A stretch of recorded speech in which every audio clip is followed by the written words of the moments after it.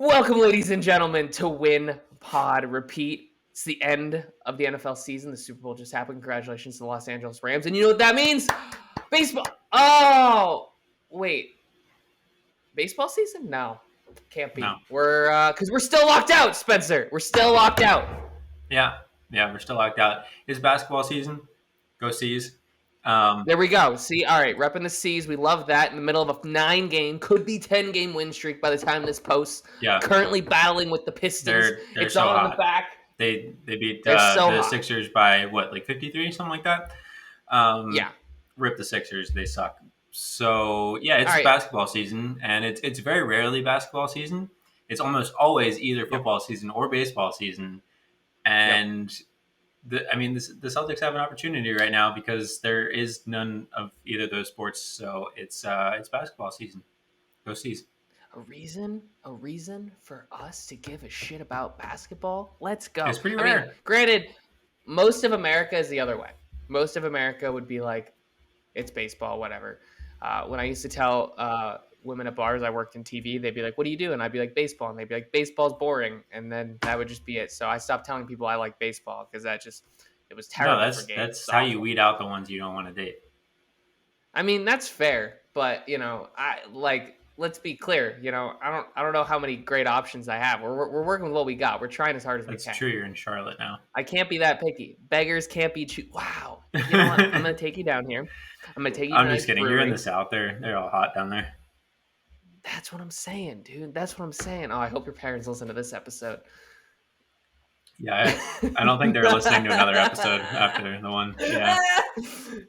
For the record, that's it. That's all we're gonna say on that. Just in My case. statement was, you are not the target audience. There we go. Well, if you do listen, hi, Mr. and Mrs. Wellington. How are you? I hope you're well. But that's not what we're about. Sam has a foul mouth.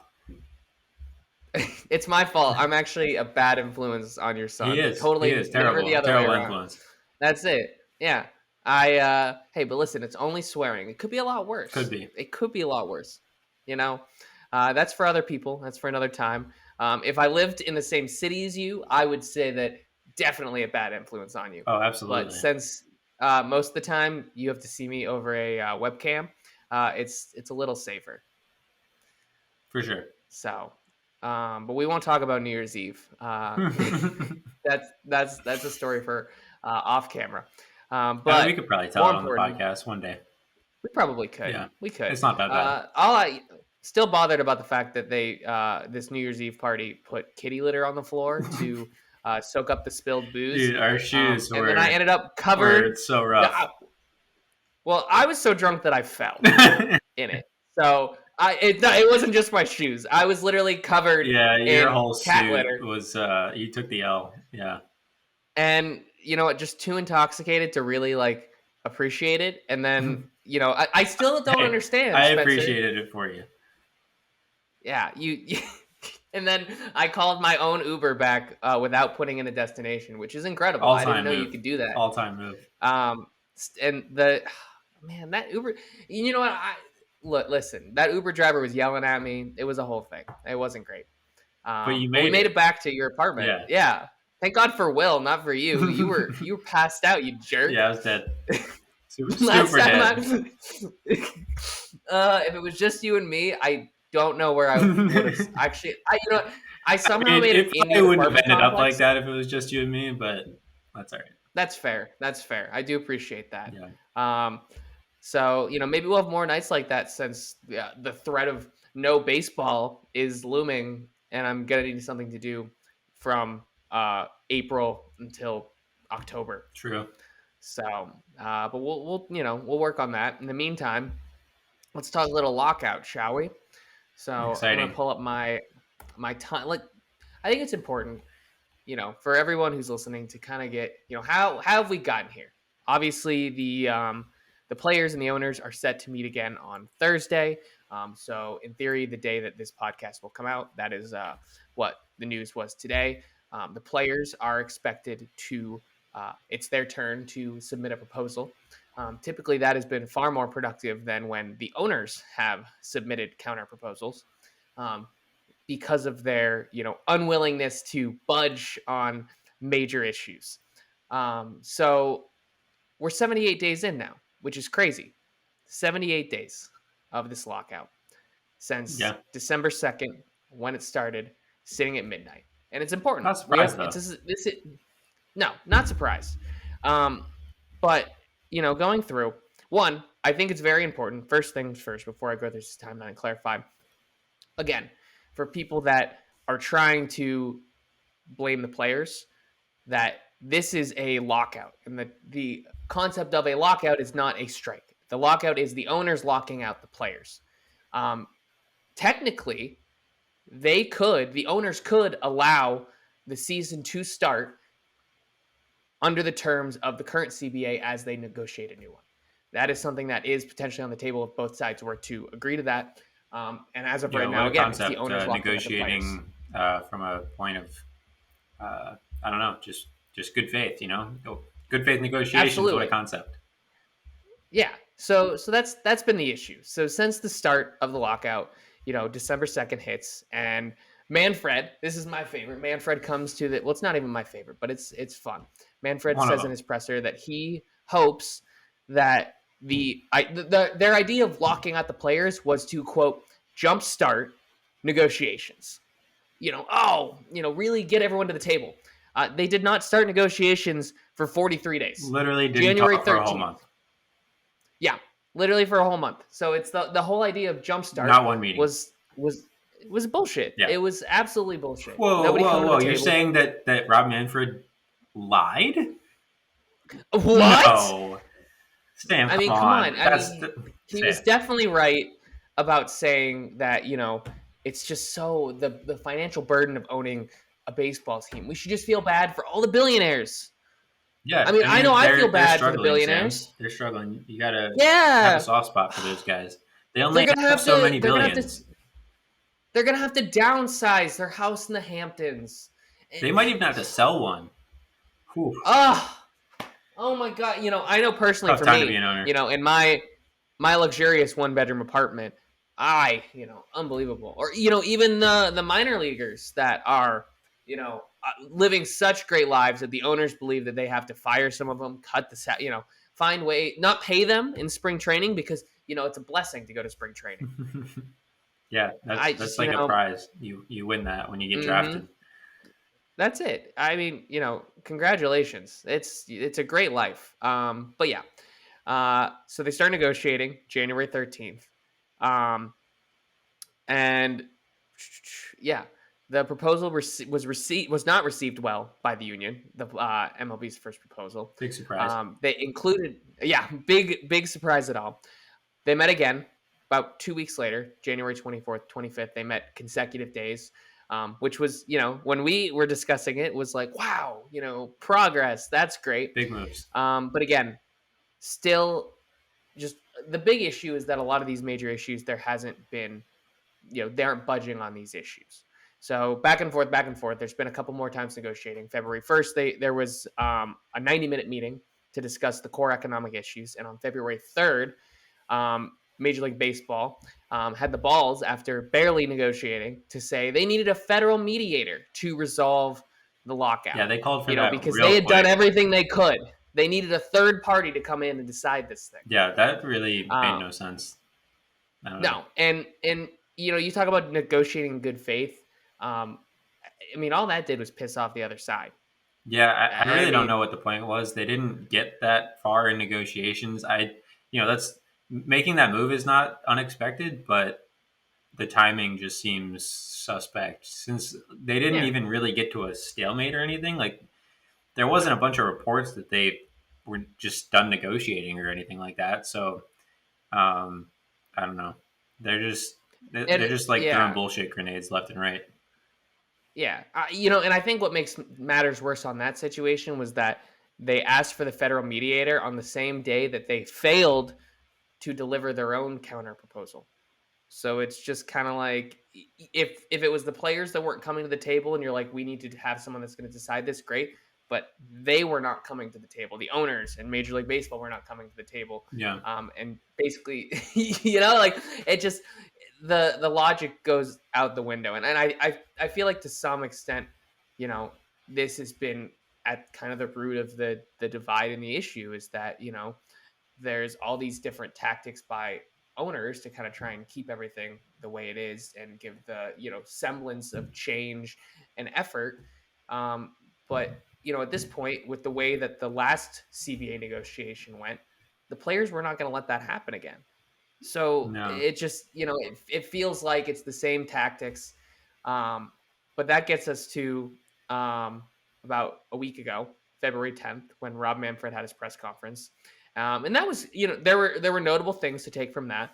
The agreement on the universal DH, the agreement on the draft lottery, and removing the compensation tie to free agents, which are all things that are beneficial. The problem is that it still is not addressing a lot of the key issues. Manfred, this was an all-time presser from Rob Manfred, who's had a lot of them. The piece of metal, being upset with everyone. Big all press the time conference coming guy. after him. He's They, when they put him in the Hall of Fame, because they put all the commissioners in the Hall of Fame, yeah. It'll be for his press conferences, I think. I mean, just wait for his speech. Come on, it's going to be awesome. Oh yeah. I mean, exactly. That's going to be the best part. Yeah. Mm-hmm. Oh, absolutely. But after announcing all the things they've done, he said what everyone was expecting was for Manfred to announce a delay to the start of the season. Just because of where we were at, pitchers and catchers were supposed to report on the 14th. Mm-hmm. But what Rob Manfred said basically was because he's in charge, things will either get done. And if they don't get done, it's not his fault because he's negotiated before. He's successfully negotiated before. So there's no way that it can be Rob Manfred's fault. Yeah, I mean, because he's done this. There's a lot of blame that can go around, on both sides for this, but it's not Rob Manfred's fault. And it's never been his fault, never will be his fault. He's completely blameless, and he's perfect, really. And it's shocking that we have a lockout and don't have a CBA when we have someone as perfect as Rob Manfred as commissioner. He's blameless. Rob, did you get all that? Thank you. We'll be sending that to Rob as we request to get him on our podcast. No, I mean, not podcast. We need jobs in the front office. There we go. Yeah. Absolutely. I mean, hell, let us negotiate this labor deal. Hey, we'll get I took a labor law class. Let's go. There we go. You took I don't know. marketing. I like baseball. Yeah, I have a degree from a school. Hey, you do the press conferences for Rob Manfred. You can't be worse. See, there we go. You're right. Like, honestly, probably being Rob Manfred's media person at this point, bar's really low. Oh, if he's, like slightly better at a press conference, they're like, raise. Yeah. They're like, what do we have to pay you? More money? Yeah. Yeah, absolutely. So that's the most coveted job in sports right there. Yeah. So, but yeah. So obviously not Rob Manfred's fault. And here we are. They're supposed to Players Union, MLB, supposed to meet again tomorrow, Thursday. We will see what happens. According to the media, the reports, the idea is Manfred has expressed that he wants 4 weeks of spring training before the start of the season because of all the injuries that happened in 2020 when they kind of just, had a quick spring training and jumped into it. Right. Additionally, you're going to want those 4 weeks because of all of the looming free agents, all the ones that, are still have to be signed. There's still arbitration eligible players that haven't worked out a deal. Oh yeah. You mean because they locked out the players for 2 months and they couldn't do the business that normally gets done in those 2 months? Yeah. You mean that part? Yeah, absolutely. Oh, okay. So when we talk about, trying to get the season started on time, you can see the issue is not just getting to spring training. It's everything else that was supposed to happen in the off season. Right. I mean, hell, we don't even have a fucking steroids agreement right now. Drug agreement because that's a little sketchy. Steroids are back in baseball. It's official. And wasn't this from the date of the lockout, right? They stopped testing? Yep, it expired. And you would think that they can take something between then and now, and it's not in their system. They can. By the time they would be testing. Mm-hmm. I mean, that is correct. You would hope that that's not incentive for guys to do that, but guys get popped when they know there's testing.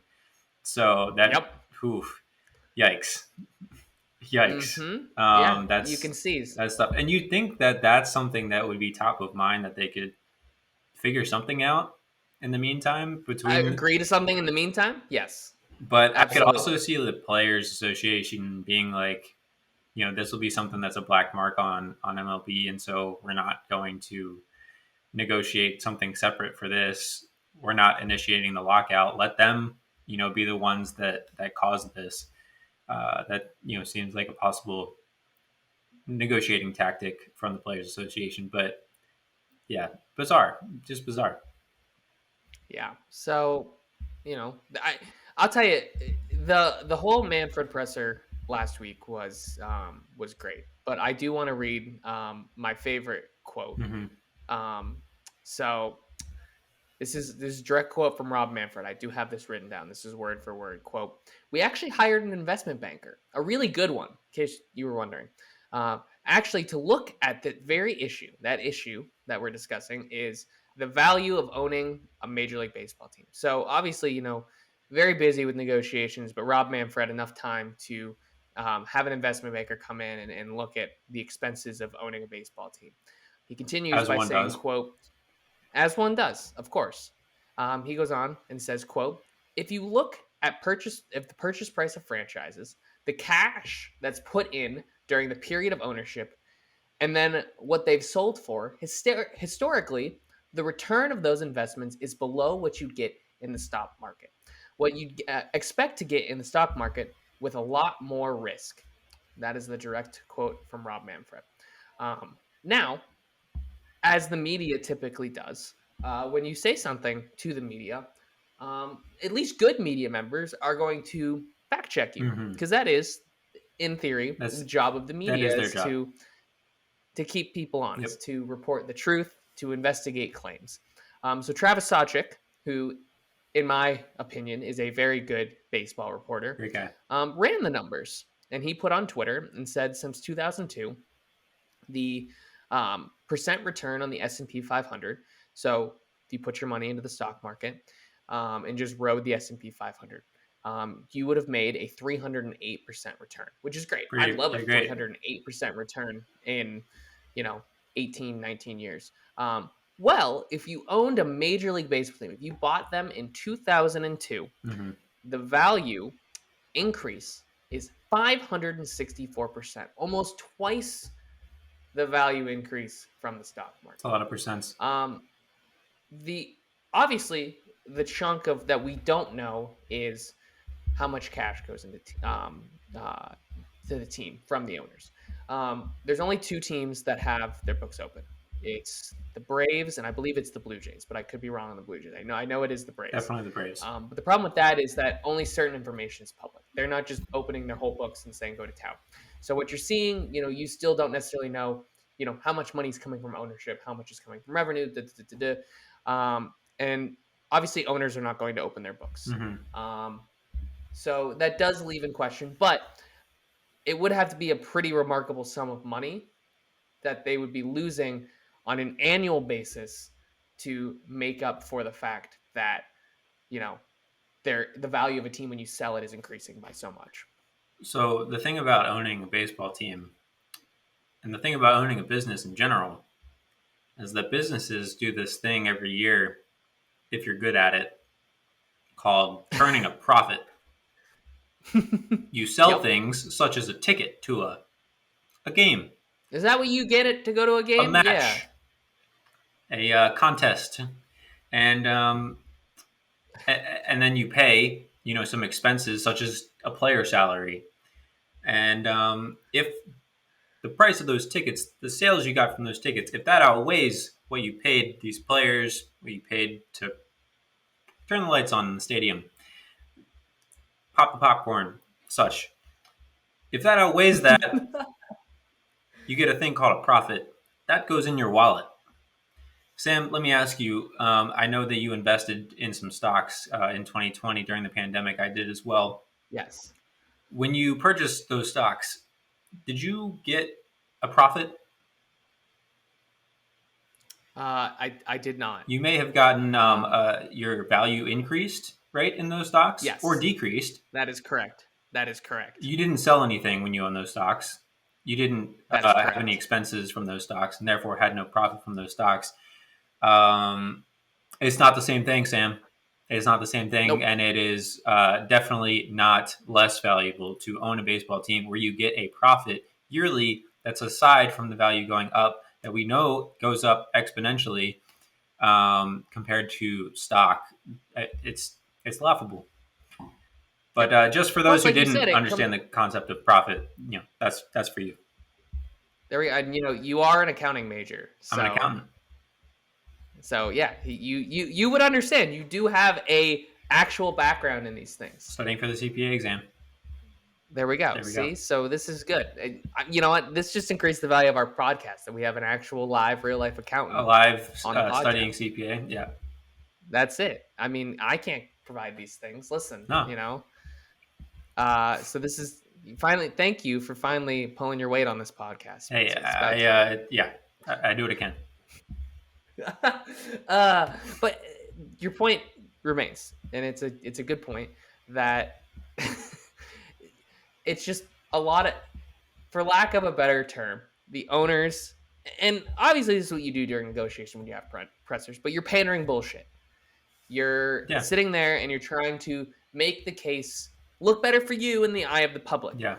The problem with the age that we're in now is a little thing called Twitter, where, when you go back to 1994 during the players' strike, obviously different because it's a players' strike, but also different because you can't, you don't hear from as many players and you don't hear that many sides of it. Mm-hmm. You're hearing the owners because they have the platforms and the teams and the audience and the commissioner. They own the newspapers. The head of the Players Association, and they own the newspapers. And so that's the thing, is it was easier for the owners to pander that narrative, whereas now, you have Max Scherzer, you have Alex Wood, you have all these different players that are on Twitter basically saying, it's a load of bullshit. You have the journalists like Travis Sawchik, you have, Jeff Passan, you have, Ken Rosenthal, everybody out here publicly, running the numbers.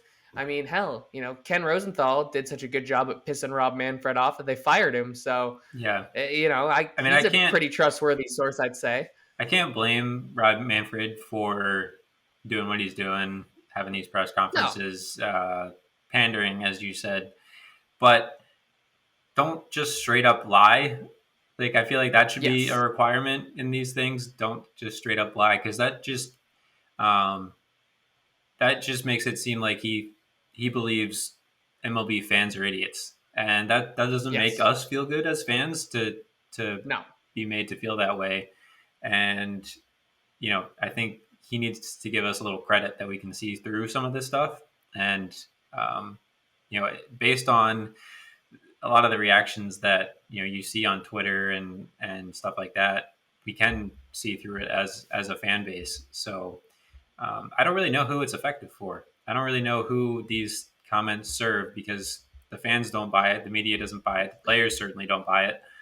I don't know really who buys it. So it just seems pretty useless to me. Yeah. No. That. Yeah. I really couldn't agree more. And again, we're at this point where they tried to present the draft lottery, the universal DH, and the removal of compensation picks as this idea of progress, but ideally, on the major issues, they're still really far away. I mean, I'll tell you, one of the craziest things to me is the whole. There's a couple things. One is the competitive balance tax, which basically what the owners have done is limit how much, year to year, inflation goes up, so the value of money goes down, and the CBT has raised minimally. And even in the proposals, they're still not factoring the increases for cost of living increase, inflation, just general other, economic factors. And they've proposed to increase it by as little as 1.9%, 2.9% annually. Does not cover all of those things. So what's happening is that's more money in the owner's pockets. The other issue with the whole idea of raising, lowering a CBT is that for the most part, most teams are not spending close to the CBT. Right. There are only 9 teams since it has been put in place to go over the CBT. And there have only been a handful of them, 4 or 5, that have done it multiple times. Mm-hmm. It's the Red Sox, it's the Yankees, it's the Dodgers, it's the Cubs. Those are the teams that do it.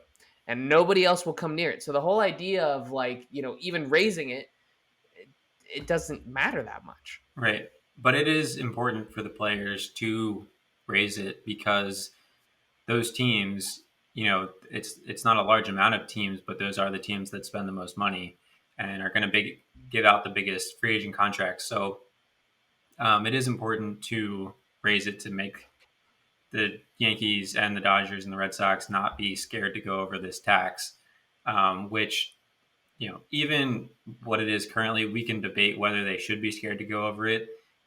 In most cases, it's an extra bench player. That's the cost really of going over the tax. So that's a discussion for another time. But it seems to me like there was a point here where the CBT threshold was introduced, and somehow MLB owners tricked the Players Association into believing that was a good thing, that was something that was necessary because they put it in place and didn't really have much argument against it. The penalties were pretty severe right off the bat, and apparently the Players Association was convinced that the difference in payroll levels was an actual issue in baseball and was preventing competitive balance.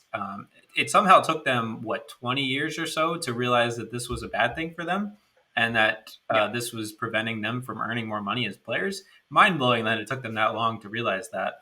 But even in 2016, they still didn't realize it because they let them, enact these CBT thresholds at increasing levels that were hardly anything in terms of percentages. And so just now recently they said, oh shit, we should probably fix this. So their proposal is to increase it 16%, I think, in the first year, basically make back all that they lost over the last 5 years or so, and then set it from there to increase at an appropriate threshold. So it seems appropriate to us, obviously, to do that, but I can also see the owner's side saying, I mean, it's not our fault that we tricked you and you fell for it. It's not our fault that you're behind on this. It's not our responsibility to catch you up for your mistake. So, I get that from their point of view. And at the end of the day, basically the owners have shown, besides the things they've already agreed on, like the designated hitter, and hopefully, I guess, for them expanding the playoffs, the 3 things that they're willing to move on that they've shown is the CBT threshold, the pre-arb bonus pool, and we'll get to that later, how they're designing that, and the minimum salary, increasing that. Those are the 3 things. They've given proposals that are bullshit at this point in terms of how much they've moved, but I don't think that's that significant right now. It's a matter of showing that they will move on those, and that when the going gets tough and they need to make a deal, that's what they'll move on, and that's what that's where a deal will get made. Yeah, I mean, I'll tell you, the pre-arb bonus pool is interesting because, like you said, wildly interesting. Because they are still very far apart, and like you said, that's I'm not going to pretend to be an expert on negotiation. Obviously, the players are very frustrated. There are players that believe that the slow moving of this and the owners, unwillingness to really budge on that so far is going to set the players up to get screwed over late in negotiations. But like you said, it could just come down when push comes to shove. You're going to find that point where you do meet in the middle. Yeah. Because it started out with like 110 million versus 10 5 million or something like that versus 10. And now we're to 15 versus 105. Yeah, they went, I think, from a $95 million gap to an $85 million gap. But that doesn't matter right now. The owners clearly don't feel the pressure to get a deal done right now, but they have said, here's what we'll move on, So in 2 weeks, come back to us when we need to get spring training started, and, we'll figure something out then. the players have a little bit of an advantage right now in that they don't get paid for spring training, so they don't give a shit if they lose spring Yeah. training games. It doesn't matter to them. It's only lost revenue for the owners. Once we start getting closer to actual opening day, that's when the pressure flips to the players because that's when they start losing game checks. Yeah. So No, that's because that's the thing is, in the long run, and I think both sides hopefully understand the idea that the loss of games benefits nobody. When, like you said, when there's no correct. game checks, when there's no game revenue, when there's no TV broadcast, TV revenue, everyone loses out. And Right. all the stuff you're fighting for and you're battling for, ultimately, maybe everyone just gets hurt in the long run. So, like you said, it's interesting because we've given this, February 28th, this imaginary deadline, whatever you want to call it, Mm-hmm. that's been discussed. But obviously, I think what you're going to see, I think this is where things really kick off in terms of negotiation. You're going to start seeing it more often. You're going to hopefully start seeing more movement.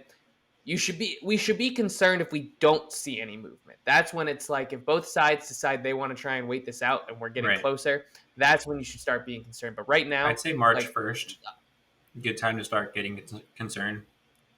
yeah, People have like Jeff Passan, had his tweet, "Oh, pitchers and catchers were supposed to report today." Jeff, sorry, nobody gives a shit. Um, it's symbolic that they were supposed to report, but it doesn't matter. Nobody cares about the first 2 weeks of spring training. It's nice to know and it's also coming, but nobody cares. So nobody thought that there was going to we were going to be there. no, Nobody nobody thought that it was going to be realistic. resolved. Nobody that knew what was going No, on.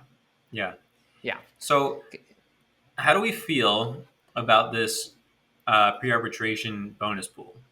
Because as they've laid it out so far, is they want to base it on WAR, and they want to base yeah, it on like I think one of the proposals said they were going to put it on Fangraphs WAR, um, and then I think another one said that they were going to have a panel come up with their own WAR, which is like what?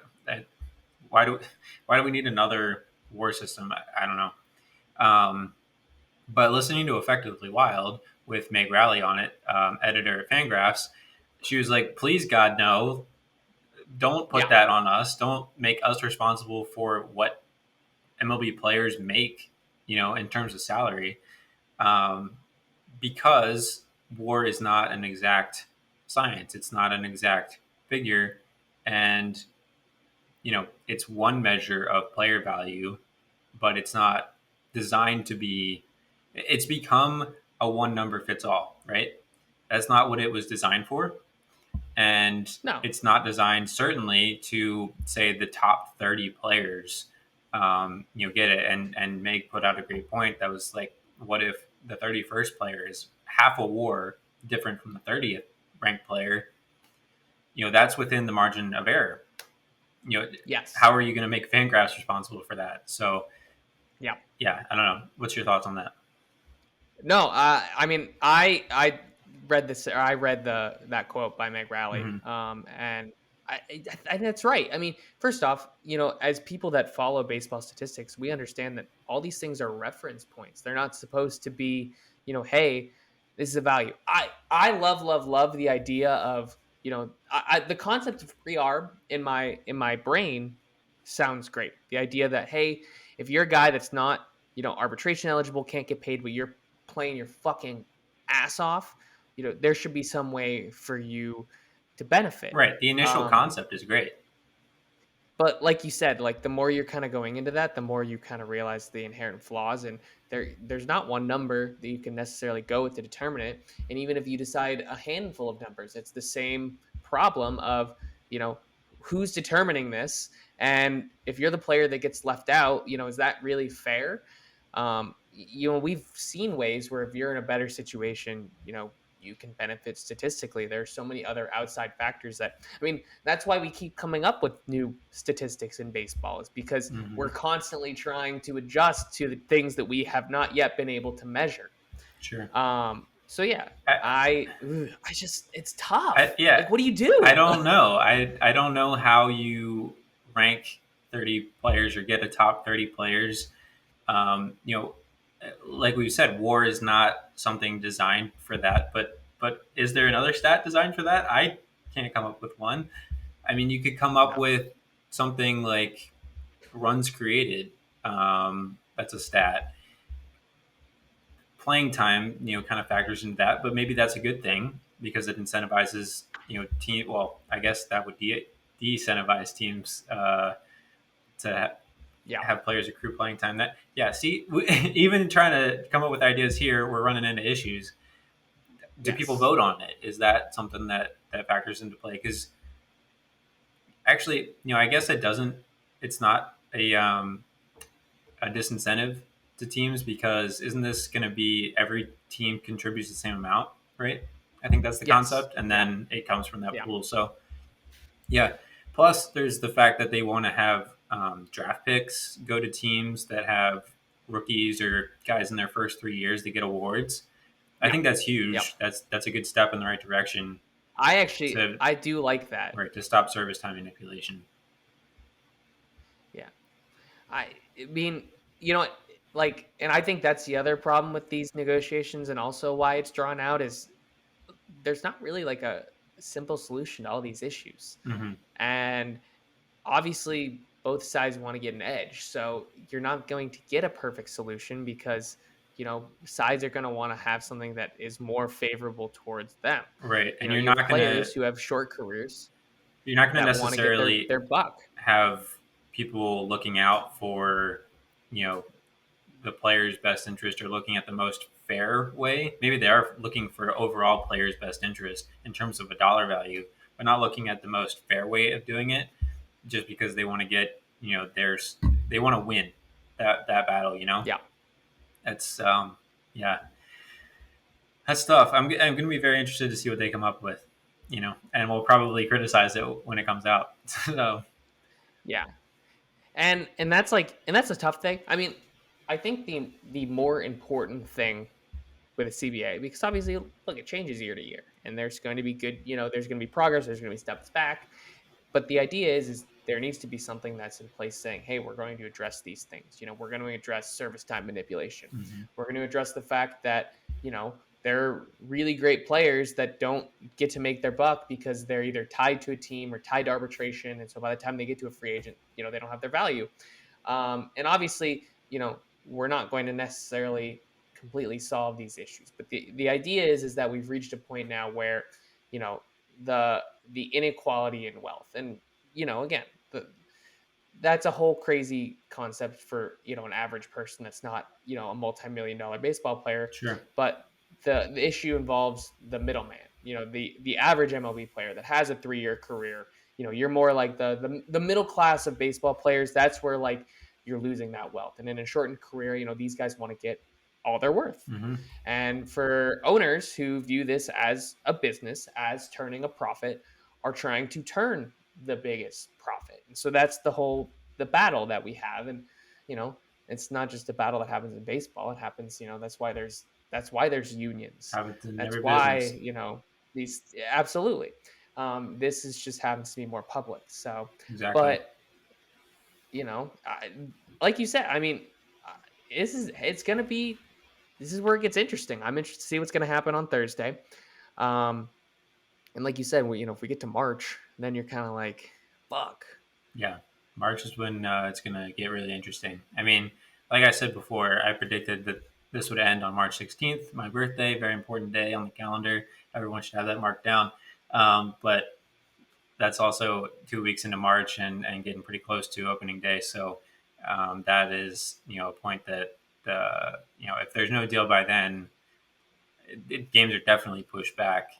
And I guess at this point, I probably expect games to be pushed back at least like a week or two. You can still get 162 games in at that point. That's not an issue. You get much farther than that, and you know, there's some real issues for the season. So it should be interesting. Yeah.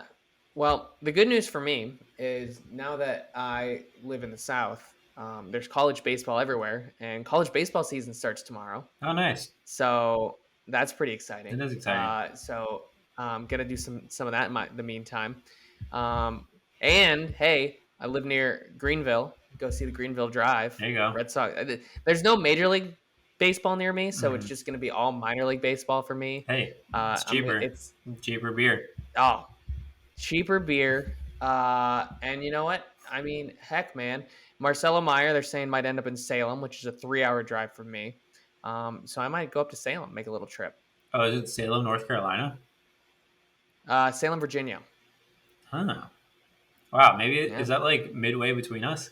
We can meet up. Yeah, you might have to meet me at a Salem Red Sox game. Let's Yeah, do it. absolutely. I may have thought that the Salem team was in Salem, Massachusetts, but we'll ignore that for now.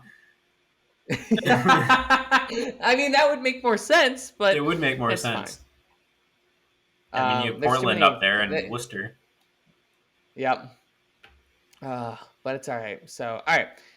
I think we should wrap this up. Any final thoughts? So you're sticking with your prediction, March 16th, as to when the lockout ends? Yeah, I've seen no evidence to the contrary at this point. Okay. So, yeah, it seems as good a time as any. All right, cool. You know what? I don't even know. I'm going to give a prediction. I'm going to be pessimistic. The season's starting in delay. Lost all hope. Give me April 16th. Give me a month after you. We're gonna lose 2 weeks of the season. That's terrible. But hey, in that case, we would have MLB The Show before the season starts, and what a concept that would be. That's true.